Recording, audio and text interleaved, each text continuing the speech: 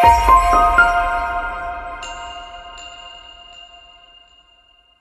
bit can educate, a bite can inform, an insight can enlighten. Bits, Bytes, and Insights, where we seek to educate, inform, and enlighten our audience by celebrating individual passion, humanizing technology innovation, and connecting the dots. A big shout out to our sponsor, the Alliance for Critical Infrastructure Security, for the support and collaboration. Let's get started. Hello, this is Pete Saronis with Dots and Bridges, and welcome to the Bits, Bytes, and Insights Digital Forum, Season 1, Episode 1, where we seek to educate, inform, and enlighten our audience as to how people, process, and technology influence society and the economy, all with the intent of benefiting humanity. Today, we're talking with one of my favorite people, Miss Paula Gold-Williams, who's equal parts visionary, influencer, and trailblazer. You're going to get a glimpse into Paula's perspective on what that journey's been like, both personally and professionally, her passion for connecting the dots, and her keys to establishing, cultivating, and fostering relationship bridges. Paula, welcome to the show. Pete, I am honored to be here. I always feel like talking to you is a ride. Don't know quite what to expect, but I'm excited about being here. Well, hey, in the classic Pete Saronis, I do not read bios because most of this is about getting to know you, our audience getting to know you. Why don't we start with that? Paula, you have a decorated career, a pedigree that is so impressive. I mean, all somebody has to do is Google you and just be like, holy cow, how did she end up there? But please, with all humility that you embody, talk to us about that. Humanize yourself and how you've taken this journey and where it's brought you today. Well, look, I get that question from time to time. How did I get here? And oftentimes I don't even know. I mean, I think I told people that I've basically tried to say yes to every opportunity that I had. I never envisioned I'd be a CEO of anything. Matter of fact, I didn't really envision that I'd make it to the C-suite at all. But I knew I had to work really hard, whether it be college. And at that, my parents never had money to send me to college. I had to get scholarships. And I started out and I went to junior college. And I didn't even know I'd be successful. But I kept wanting to do things and I kept wanting to be exposed. And I was a fine arts major. I didn't assume I was going to be anything in the technical field of energy. I didn't know an engineer. I didn't even think about becoming an engineer. I actually became an accountant. I was a financial person. I found out I liked that. And that was my vehicle. And that I use that vehicle to make sure that I understand financially what's going on in the business. And so I've been fortunate enough to work in different industries, be it through my auditing perspective or my other professional careers. And that has allowed me to get exposed to a lot of different things. But my career went from theater operations. I was working for a theater operations company, like a Cinemark type company or AMC. I went and I worked for a food service company for a while. My accounting career was focused on all types of industries: communications, cable, industrial, mining companies, banking. So all of that I really loved. And then I got a tap to come into the energy industry, and I knew nothing about it. I took a pay cut. I took a demotion. I wanted to stay in San Antonio.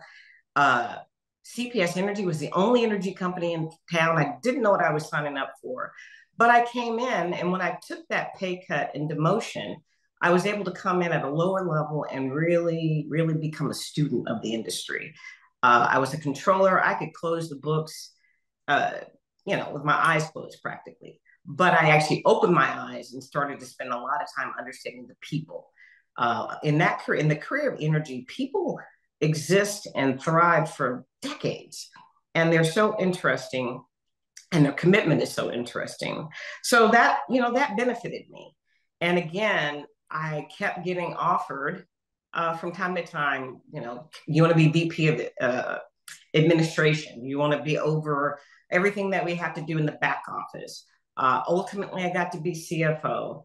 And then by a weird, series of circumstances, I became interim CEO just to keep operations going But after I was doing it for about 6 months, I realized I could do it. But I realized the most important thing that it was it was important that I said yes to those opportunities for whatever reason, mostly to fill a gap, to learn, to get exposed, to embrace whatever change was happening, to grow myself personally. And that's when I also got the unanimous approval for the board to actually run the company. And again, I never planned it. It happened. I'm fortunate. I'm blessed. I appreciate everything I've gotten, all the opportunities I've gotten, and I'm in a great place now for everything I've done. So Paul, let me riff off that because it just harkens back to when I was a federal employee. I spent 25 years. I was the CTO for a couple cabinet level agencies, and I remember when the open government principles were issued: participation, collaboration, transparency, between government and the private sector and anyone else involved. This ability to weave that tapestry of wisdom or bringing people together. And just hearing you, I know you have a people first philosophy. You, if I'm correct, you implemented this corporate philosophy in your journey. If you could just expound a little bit on what I know to be true and you do, and that is this stuff: collaboration, participation, transparency.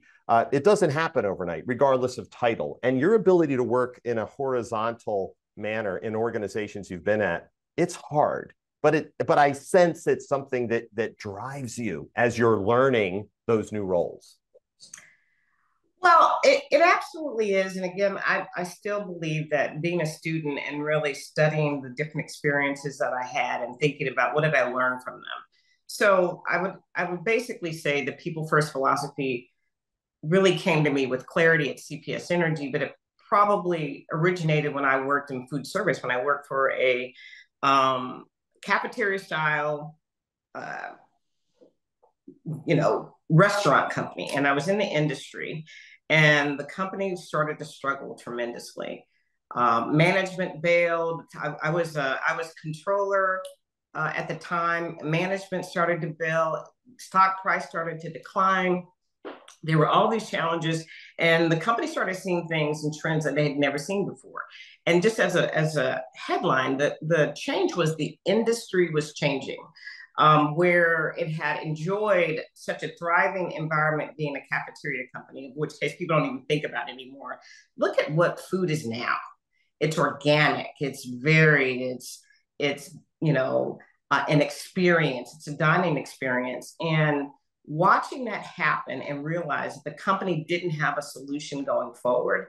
But the thing that really, really affected me and made an impression was when all that transition happened, the employees lost a lot of uh, stability. They lost clarity.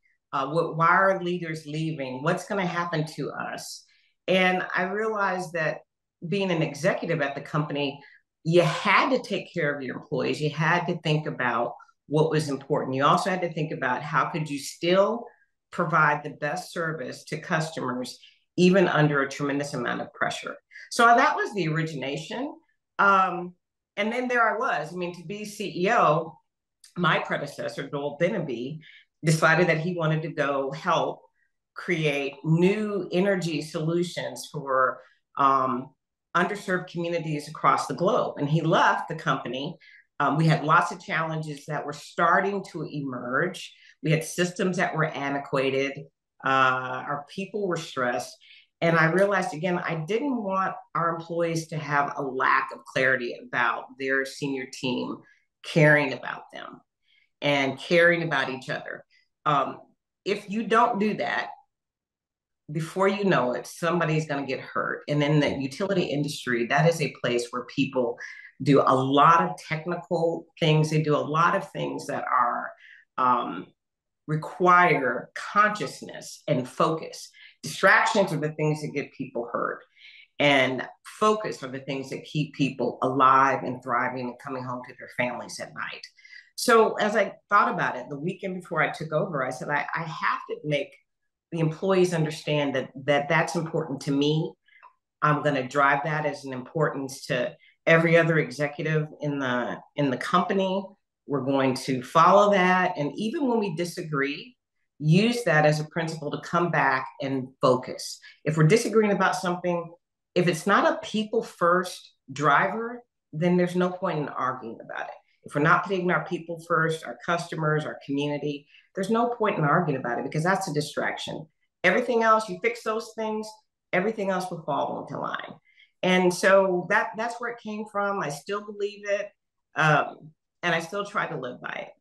Well, Paula, look, thank you, and I feel it. I felt it the first time I heard you talk, and anybody who looks you up online will find a cool video of Paula Gold-Williams. Holy cow, I want to be here someday. And people have said that to me. So for what it's worth, when I referred to you as a trailblazer visionary and someone who loves to connect the dots and just it's real, and that's what I love, and we hope to showcase that a bit more here. So let's have a fun here as we talk about that. If anybody Googles, or at least recently, Paula Gold-Williams, things like where is Paula Gold-Williams now, or here's where she is. I'd like you to share. Look, humility aside, you've done some great things. You have held some amazing positions. You sit on boards and things and advise, but you're also a grandmother. You're a wife. You're a daughter. You're a mentor. You're a person people do look up to and say, I can do that too. Can you talk about what you're doing now and all the great stuff and how it is this? You may be working during the day, but you go home at night and you're that other person, but it's still the Paula Gold-Williams that we all know and love. Sure, I would be glad to talk about that. The biggest thing that I want to share, though, is to tell people I realize that I am just a human being.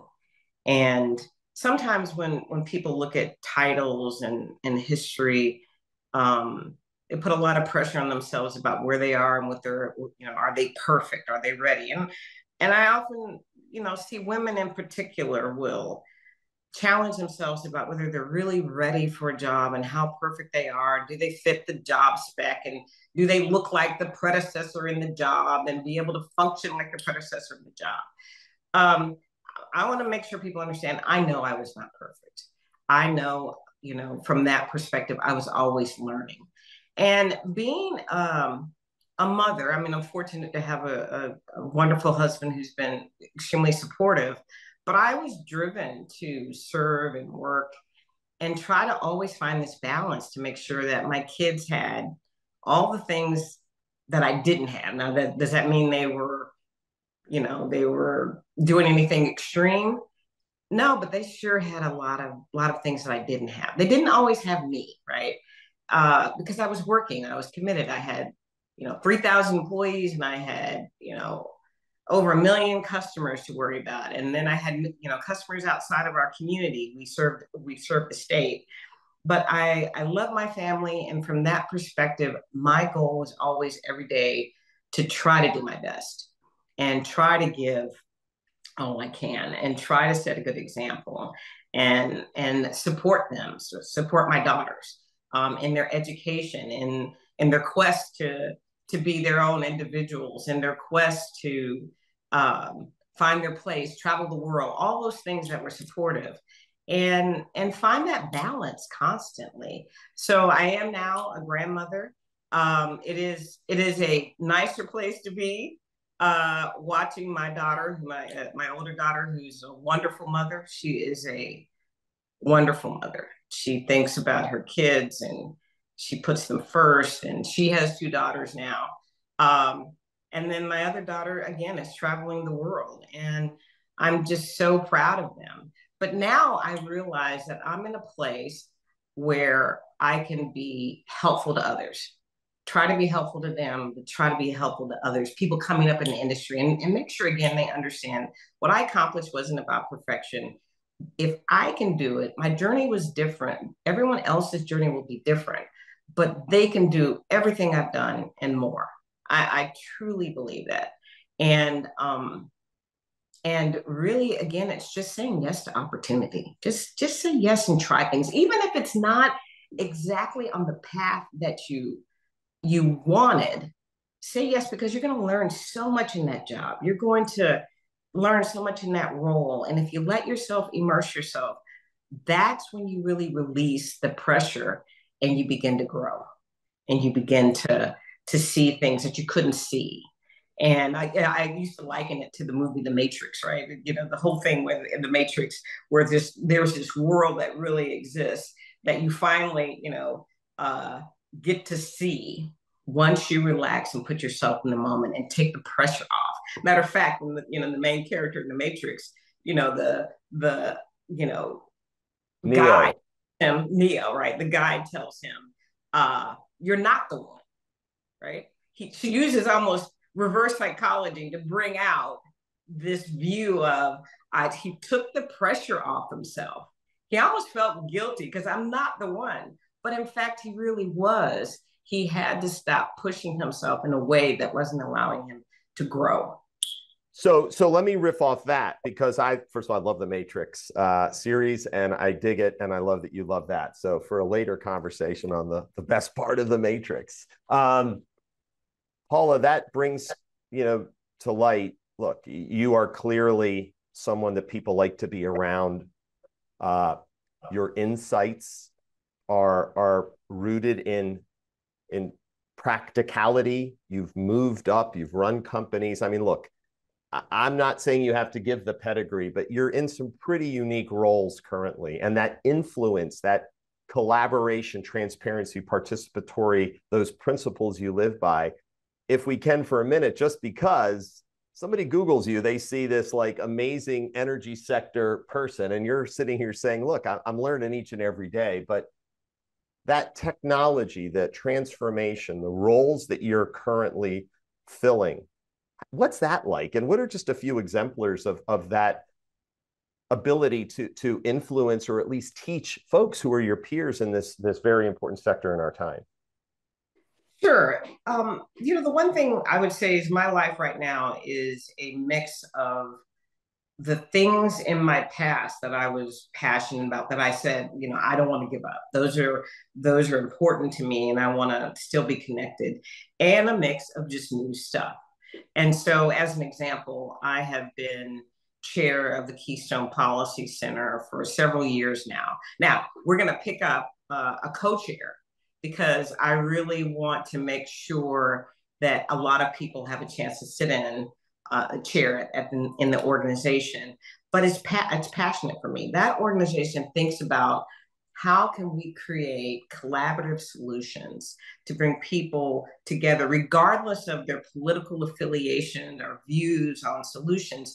The belief is that the more you hear from everyone and the more you think about how can we create better policy, be it at the state, local, or federal level. And again, how do you get people to find common ground to make sure that we are making the progress necessary to decarbonize the nation and the world? So that I continue to serve and continue to be passionate about that. But I also picked up some additional organizations. I'm extremely proud to be a member of Secretary Granholm's Energy Advisory Committee. And there are people from across the nation that sit on that committee that it is squarely rooted in the Department of Energy. Secretary Granholm is so amazing. She's energized to drive how can we put funding, resources, intellectual capital in the hands of people that are making changes and solutions, and finding a way for the Department of Energy to be active in that, including the national labs. So we meet multiple times during the year formally in person, and we also are meeting offline by mechanisms to do that virtually. We also are able to talk to staff members across DOE to find ways to help them connect with other people and for them to inform us so we can make sure that other people understand all the good work that really is happening in this current era that we're in. And then I also serve, I know energy problems that we have in the United States are the same general energy issues that are happening across the globe. Through my experience as a CEO, as I talk to CEOs in Europe and Asia, uh, Central America, South America, whatever it was, we were still trying to find the same solutions. How do we decarbonize better? How do we do it? How do we make it affordable? How do we make sure that power continues to be reliable and resilient as we're trying to implement these new technologies that need to be embraced? So from that perspective, I opened myself up to being on other boards. And so I'm actually based on a board out of Canada. And that organization, Emera Inc., has operations in Canada, in the United States, the US, and in the Caribbean.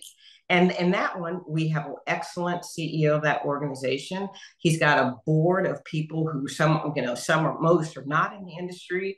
I bring the experience from the industry, but I get to watch and I get to advise and provide at least my input to help them avoid some of the mistakes I've seen and know that they're supported by a board that's going to help them fine tune, because they have great views, but fine tune where they're headed in this huge decarbonization journey. And that's generally some of the things I do, but I also, again, open myself up to new opportunities. I don't want to do so many that I'm not effective or that I'm spread everywhere.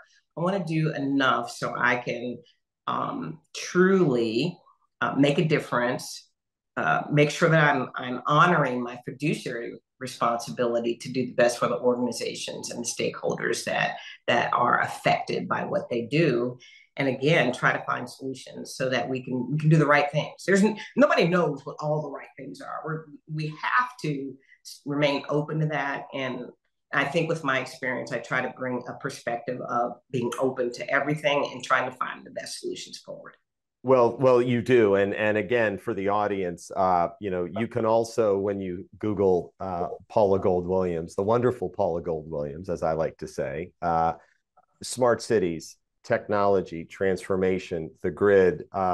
We see environmental impact happening a lot in our world, climate related, workforce related, but we're at a neat time or a exciting time, Paula, that differentiates words like we have to modernize, we have to transform, and we have to innovate. So I know you have a whole litany of perspective on smart cities and making life better for the next generation. And I think folks can find plenty of video on that. But I just want to put a plug that going back to this technology, people, process triangulation, you've really underscored yet again that people matter and that technology is not the problem, but somebody needs to weave that tapestry of communication across an organization. And obviously, to me, you are doing that and continue to do it. And again, it's an honor knowing you. So thank you for that. Was there any comment on anything I just said? Well, I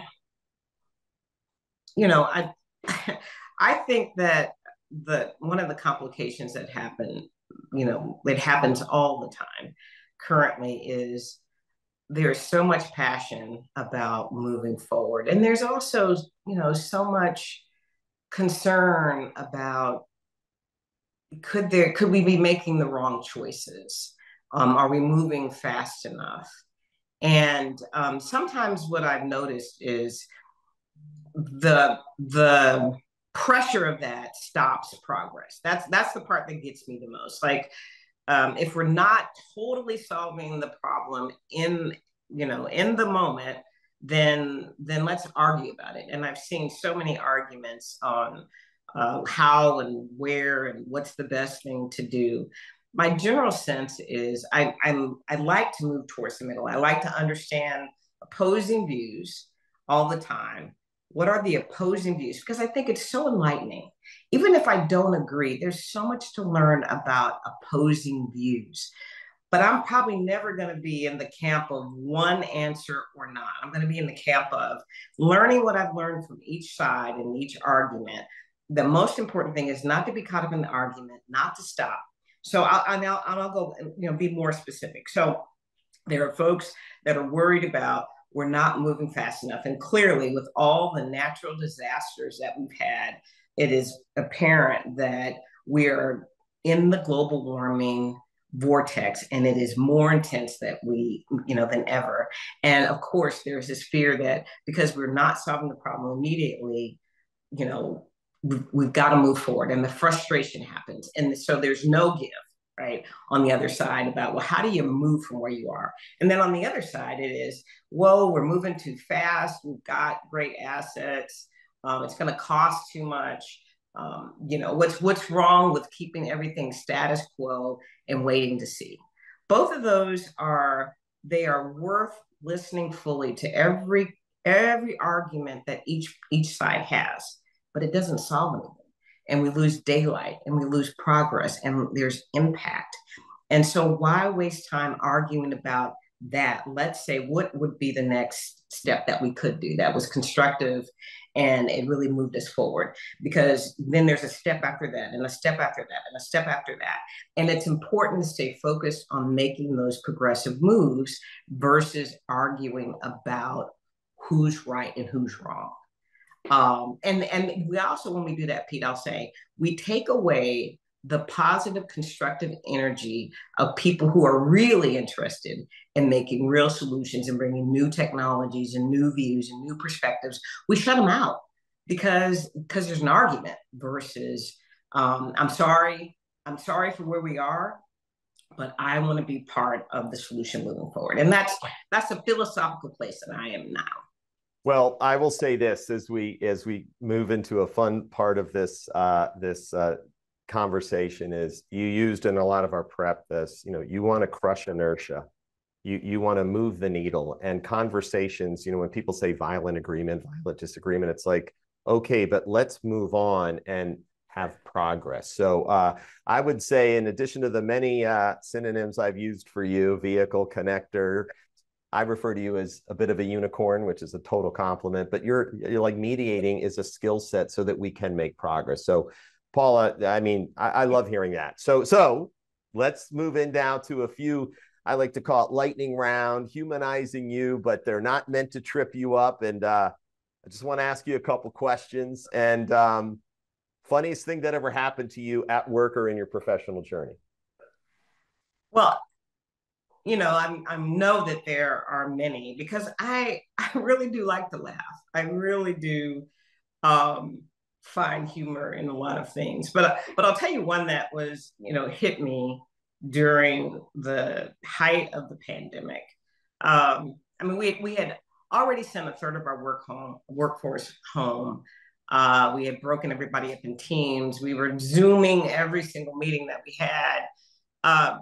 But the challenge that we were facing is, again, how to make sure that we were humanizing ourselves. And there's this, this worry, right, when we're doing things virtually, that because we're not sitting in front of someone, we cannot connect with them. And that's also the backbone of a lot of the controversy that happens. Like, let's force everybody back into the office at this time, because we got to get back to where everybody is like, cheeks and seats. And that's the only way to move forward. But I felt like giving people more freedom and control of their destinies was great. But the funny part was, one morning we were having a big webinar. I probably had 100 people, and not even people, like 100 cameras. And in the room, there were people, like 5 or 6 people. So it was a big meeting, and we were having a discussion. And it was actually a discussion like this. An employee was going to get to interview me and ask about the state of the company at CPS Energy, and also focus on their particular area of the company. Now, what happened in the background is they called this employee first thing in the morning and said, hey, I want you to talk to the CEO, and can you do it? And of course, she said yes, and I was proud of her for saying yes, but we were unprepared. So we get on the call right away, and within seconds, we see this little head come onto the screen, and she had bedhead, and she was curious, right? So we're trying to have this conversation and serious and whatever, and all of a sudden, she's there, her daughter. And I remember when our team member was pregnant at the time, and I hadn't seen her daughter. And so I stopped the meeting and I started talking to her daughter. And I mean, again, I find things interesting that maybe other people don't. So I'm having a conversation. She starts out interested, and then all of a sudden she realizes there's just a lady on the screen talking to me. It's too early in the morning, and she just cuts the conversation off and she's gone. Now, my employee is panicked, right? She's like, oh my God, my daughter doesn't care. I'm talking to the CEO. I didn't expect her to come into the room, da, da, da, da, da. But I told everybody, this is an amazing experience. It's funny. It's in the moment. More than likely, if the pandemic hadn't happened, and there were a ton of things that weren't good about it, but one thing that was great, I probably would have never even seen her daughter. Right. For years. At some company picnic, I might have missed her. And but that gave me a real personal moment that allowed us to decompress. That allowed us to realize that people have family and lives, and they're trying to find out the right mix and approach to life. And let's enjoy that.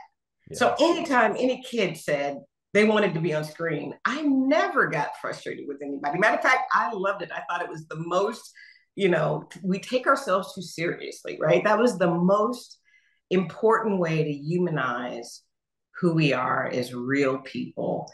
And we bring ourselves to work. And if there's a lot more embracing of that, I just thought that was funny and it was impactful for even me as an individual. Yeah, I wrote down just taking ourselves too seriously as another Paula-ism that I know isn't something you came up with, but like if we can do that, and yeah, silver lining in this pandemic that we experienced is it's teaching us to connect, even in this case, like in a virtual manner, where we can still feel like, we're human beings at the end of the day. Technology is enabling us. I get to talk to Paula. I didn't have to hop on a plane and go down to wherever Paula is. We get to communicate. Love that story. All right. Here's a quick one. Buzzwords, big in the business, right? And I don't mean you can go anywhere with it, but I can list the top 10 that I think are. What's a buzzword right now that either makes you cringe or gets you excited? Oh, I think it's funny. It makes me cringe, interestingly, and it gives me a ton of hope. One of it is trust. It's trust.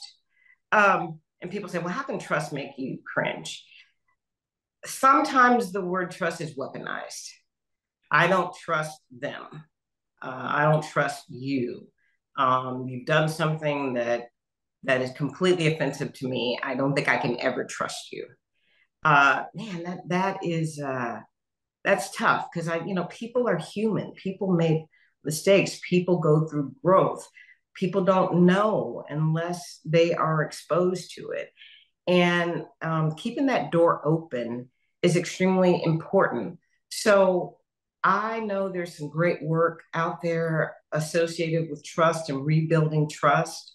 And I think it's important. And it gives me a ton of hope because if we can build more trust, rebuild more trust, right? Realizing people come from different backgrounds and experiences and all of those things, and saying, I know the point is we all want a better life. We want a better life for our families, for our team members, for the world. So how can we get to a place where we can trust? And so that's important to me. Okay, so this one is not to be a fastball, but because grandmother that you are, Paula, you will one day, hopefully, be able to tell your story to these the grandchildren. But how do you want your grandchildren to talk about you one day when they're parents and grandparents?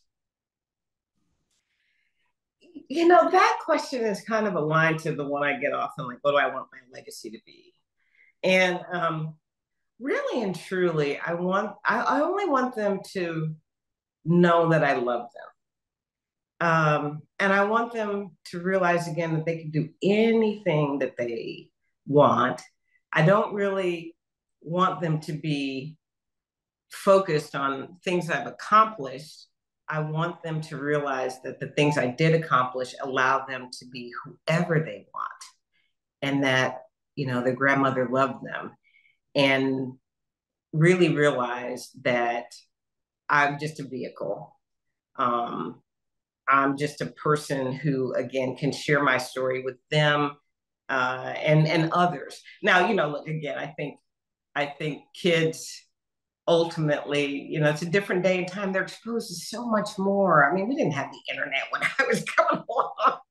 They're gonna get exposed to so much more. But I want them to know they can do it all, and they can do anything they want. I want to encourage them to think about making a difference. Encourage them to think about being in the energy industry, getting the conversations that I didn't get. I got here by fluke. I got here by chance. I got here by being in the right place at the right time. But I want them to be curious about all the things that they can do. And I want to just be a vehicle, again, to explain to them, what possibilities are, and what they, what's the difference? What did I have versus what they have? And encourage them to see that they can do anything they want to. Well, I don't know how to top that, but in the spirit of Pete Saronis and parting shots, I want to thank you for, opening up and allowing us to help humanize, which you've been doing your whole life. You can watch a video, and we appreciate that. Not just you as a person, but your professional and personal journey. But Paula, your humility, your authenticity, your credibility, it defines you. So, I'm a huge fan, and I'm sending you a virtual hug. It was a pleasure having you on our inaugural Bits, Bytes, and Insights Digital Forum, and we're excited to get this cleaned up a bit and tell and show the world the awesomeness that you represent. So thank you. Help educate and inform and enlighten the audience. Well, thank you for the opportunity. I mean, I feel, again, absolutely honored, and I know you're going to do great things. I'm going to be looking forward to every other episode that you do in the future, and best wishes to you and your team. I appreciate that, Paul. And to the audience, thank you for tuning in. If there was something that you wanted to hear more of, or we didn't talk about today, we want to hear, check us out on dotsandbridges.com. You can follow us on LinkedIn and X, formerly known as Twitter. So let's continue that conversation and have a great rest of your day. Bye, everyone.